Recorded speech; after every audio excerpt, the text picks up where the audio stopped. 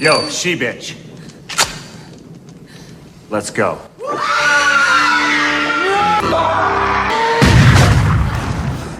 So how are we doing today, folks? Yes, on my channel, I talk about pop culture and occasionally boobs, because I love boobs. But the biggest boob I could be thinking about right now doesn't belong to Pamela Anderson. No, we are talking about, of course, She-Hulk. She made her premiere yesterday. Well, space fans, exciting news, huh? And there's even more in part 2.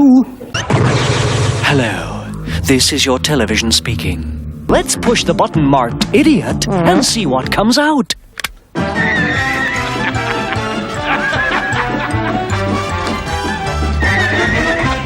Now, this episode, like many of the other episodes, I'm sure are going to run about half an hour in length, because the last 5 minutes are made up of a stinger and lots of end credits. It's just a lazy way of filling in the blanks. So, what are my impressions after seeing this show? Was I going to like it? No. Was I going to try to like it? Yeah, maybe, but you know what? Up to this point, we've had so many cringe takes, so many amazing articles out there that were covering this show, highlighting the potential failures, the red flags, you name it. Now, Tatiana Maslany, she's a terrific actress. I mean, if you've seen her in things like Flashpoint, where she played an abuse victim, or she later appeared in Orphan Black, you know how incredible she was in that series, playing a multitude of personalities and roles, etc., etc. Now, the problem with actresses like Tatiana Maslany and Jeremy Renner, to a lesser degree as well, you know, when you sign on to a Marvel project, and I'm talking about the Marvel now, not the Marvel before, you can kiss goodbye to those acting classes you took at Juilliard or RADA, wherever you went to study, to hone your craft for many years, and doing a side job of being a waiter or a waitress at a cocktail bar. Yep, Human League, I've got you. And this is what it comes down to. You appear in a I wouldn't even call it a B-rate, a D-rated, a D-listed series like Marvel She-Hulk. You know, out of all the Marvel Disney shows that have aired so far, the only one I would actually watch again is Hawkeye, because it gives me so many laughs. Jeremy Renner is actually really great in that role when he gets time to shine. It is by no means a perfect show at all. I've covered it before. I'll give you a playlist you can look at and you can go over there and have a good old laugh. But honestly, this show commits so many crimes in the first 8 minutes. 8 minutes of the first episode. And by the way, I did not watch this on a Disney's platform, the streaming platform. I just procured it by other means, which probably tells you that I don't want to give Disney an ounce of my money. And that's how it should be, folks. But yeah, we get this moment where Ginger Gonzaga, Nikki Ramos, we don't even know her character's name in the beginning. She's just a side character in the scene, but then becomes the main character a few seconds later. So they're going over this legal deputization or speech that Jennifer Walters, as played by Maslany, is about to give in the courtroom, but this white, presumably cis male lawyer offers his expertise, legal advice as well, to be summarily dismissed from that scene in less than a minute. You're gonna listen to a paralegal over another lawyer? You didn't believe I was Okay, this is unprofessional. That was so good. You never got this kind of bickering in LA Law, but you did, but it was never about the woman belittling the man. And again, it's just, why has it come to this, folks? It is god awful. I've got friends out there, I've got normies who worship Marvel, who can't wait to watch this series, but they don't want to admit that what I'm saying in this video today or before this video, that I'm actually correct. It's the same people like the ones on Twitter who will be coming out in the droves defending the She-Hulk. You know, they're going to be white knighting for She-Hulk, but then a few weeks later, they won't ever talk about it again. So I want to just get into this a little bit more because, oh my God, I've got to tell you what, folks. I've got to tell you one of the most cringiest scenes, okay?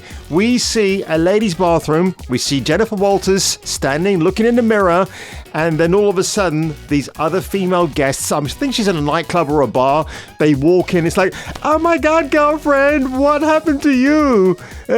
Who did this to you? Did she do it to you? Was it a he? Was it a she? Was it a they?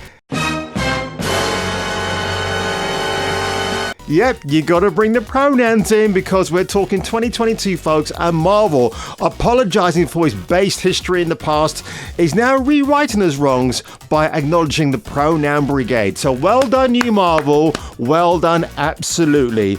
Of course, you then have that stuff in Mexico where Jen is one-upping Bruce in who's the better Hulk. It has become like a dick measuring contest at this point.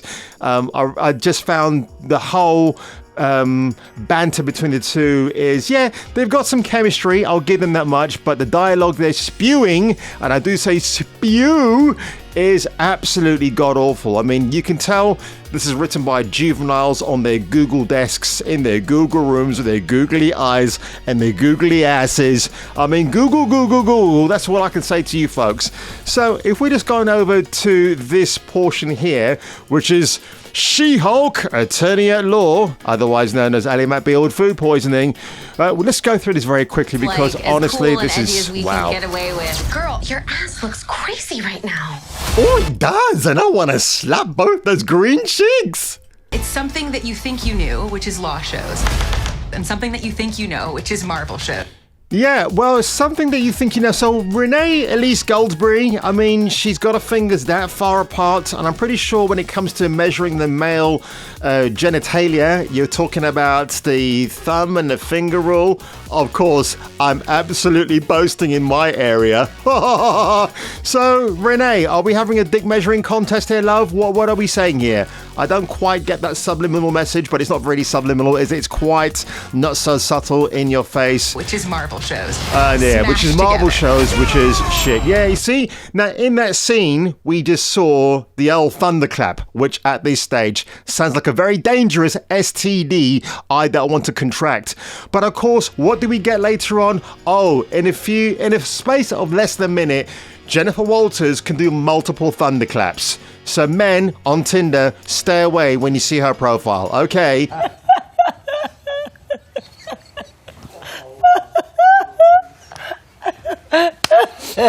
Look, when Ally McBeal came out, it was very promoted heavily as a female lawyer who's very sassy. Callista Flockhart before she went into malnutritional dysfunction, and she looked great in a short skirt. I wouldn't say that wasn't an appeal for me to watch that show, but it didn't belittle the male colleagues in that series. Everybody had equal footing, and I really appreciated that about the show. Yes, it's girly, it's corny, but you know, it respected the audience.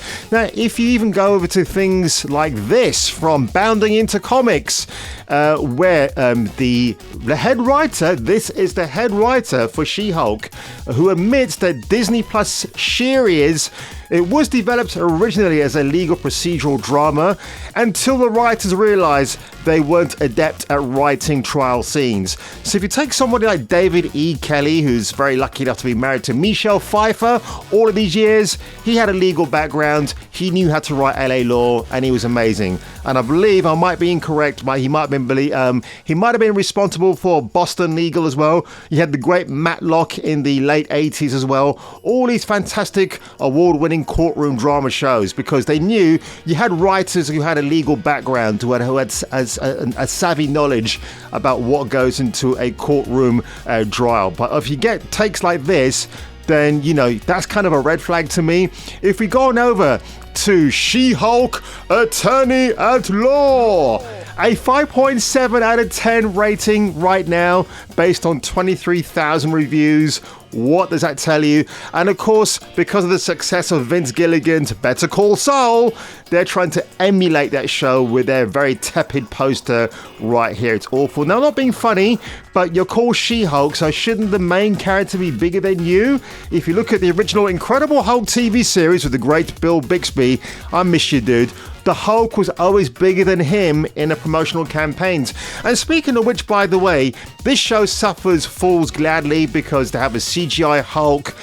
They couldn't have brought in like a real female bodybuilder, an attractive female bodybuilder who could look the part and just tear shit up.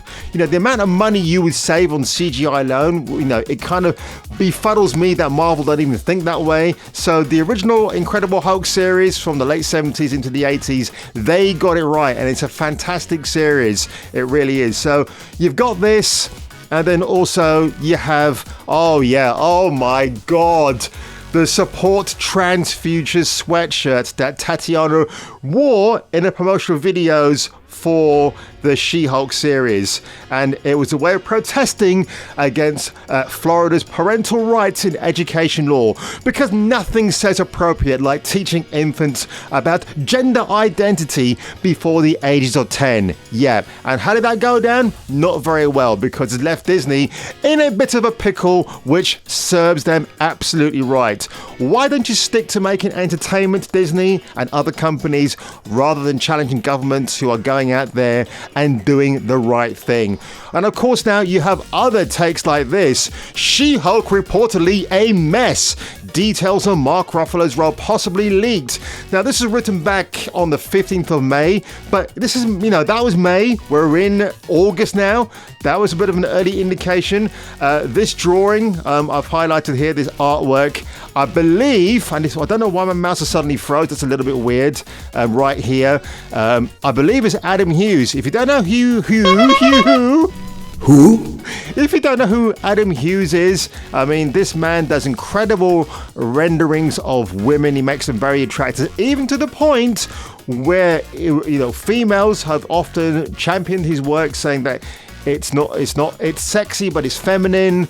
And where is that narrative gone? Hey, folks, where has that narrative gone? So, if you just take a look at some more illustrations right here, yeah, I mean, the guy is awesome. He really is. So, She-Hulk, attorney at law, it actually goes on to make fun of Captain America in the worst possible way. Steve Rogers died a virgin, blah, blah, blah. And of course, we know that he wasn't a virgin. He definitely got his end away with Peggy Carter back in the day.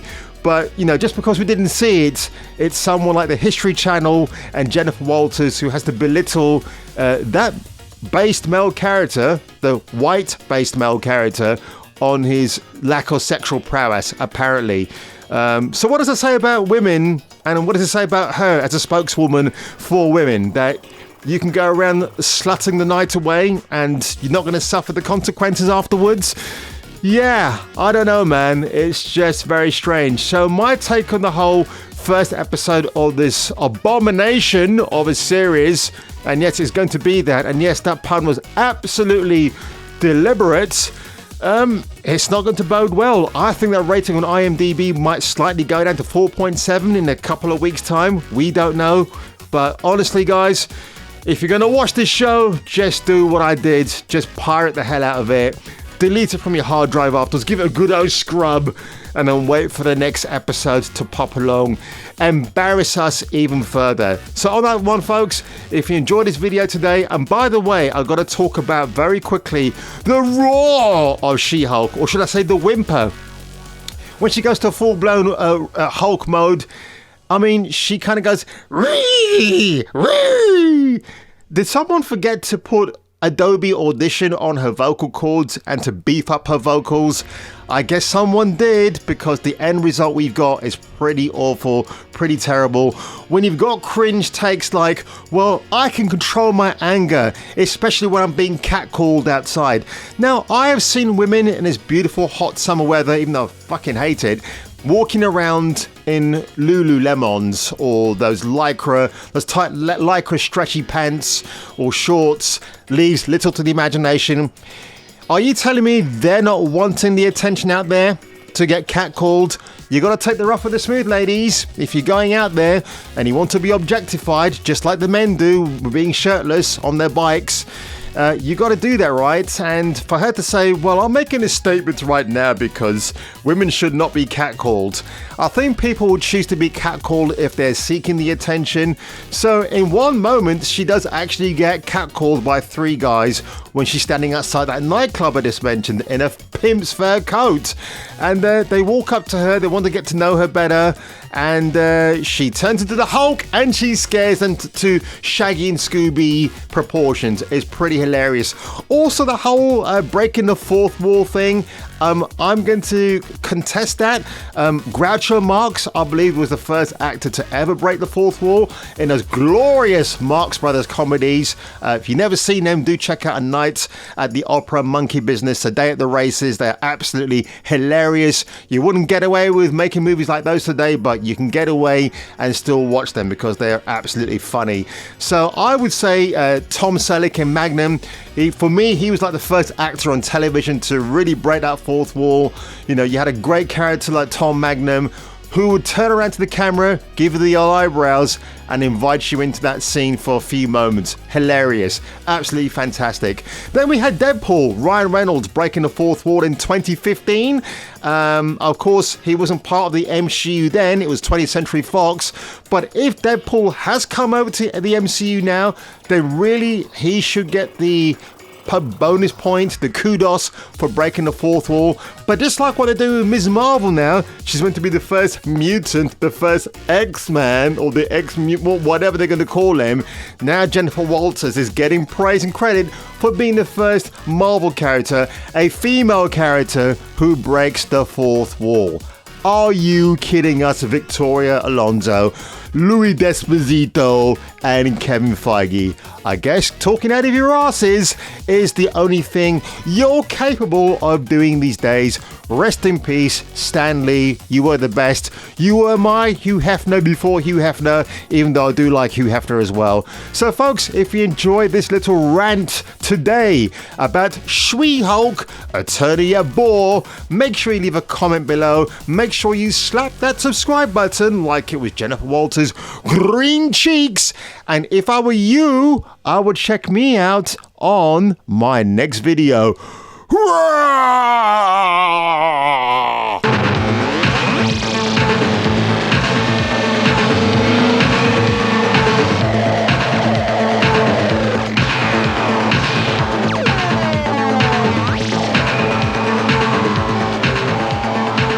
So, what would you little maniacs like to do first?